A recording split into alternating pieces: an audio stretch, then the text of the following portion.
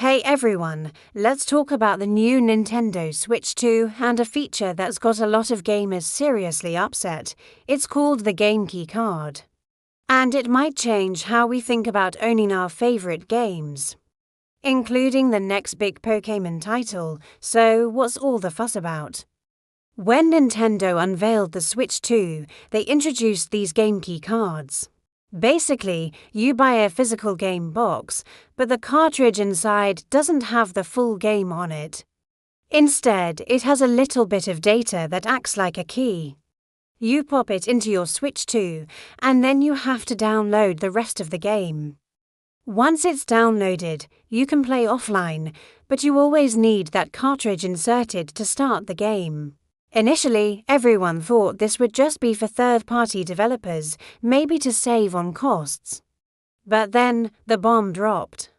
The upcoming game, Pokémon Pocopia, a new mix of monster catching and a social sim like Animal Crossing, is confirmed to use a Game Key card. Nintendo even released a video explaining it, and the dislike bar blew up almost immediately. So why are people so angry? It all boils down to one word: ownership. Gamers are tired of buying something that they don't truly own. With digital-heavy games, publishers can delist them at any time. This means they can just remove the game from online stores, and you can no longer download it. It can happen for lots of reasons, like expired licenses. Remember the John Wick Hex game? It's gone. Even popular games aren't safe. The PS4 and Xbox One versions of PUBG were made unplayable just a few years after release. This whole situation has even sparked a consumer movement called Stop Killing Games, which is pushing for laws to protect our purchases. The idea of buying a physical Pokémon game only to find out you can't play it in the future if Nintendo's servers go down or they decide to delist it is a huge concern for collectors and fans who want their games to last forever. So you can sell or lend these Game Key card games just like a regular cartridge. The person you give it to will also have to download the game files. But the card itself is the key to playing it.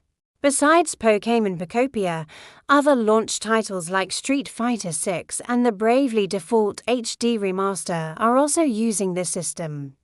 You'll be able to tell which games use it by a key icon on the box that shows how much of a download is required.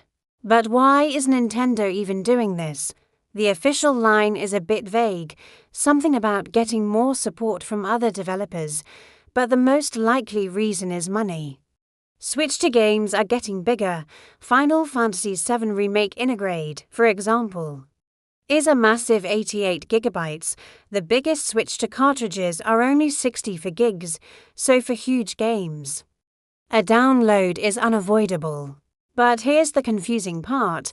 A game like Bravely Default is only about 9 gigs, way smaller than a standard cartridge, but it's still using a Game Key card. This suggests Nintendo might be giving developers a discount to use these download-required cards, which are cheaper to produce. This could also explain why we're seeing game prices creep up, with some first-party titles potentially costing more to offset the price of using a full-sized cartridge. It's a really tricky situation, on one hand. It helps bring massive games to the Switch 2, on the other. It chips away at the feeling of truly owning the games we pay for. What do you think about this? Is this the future of physical games, or a step too far? Let me know your thoughts down in the comments. Thanks for watching. And don't forget to subscribe for more gaming news.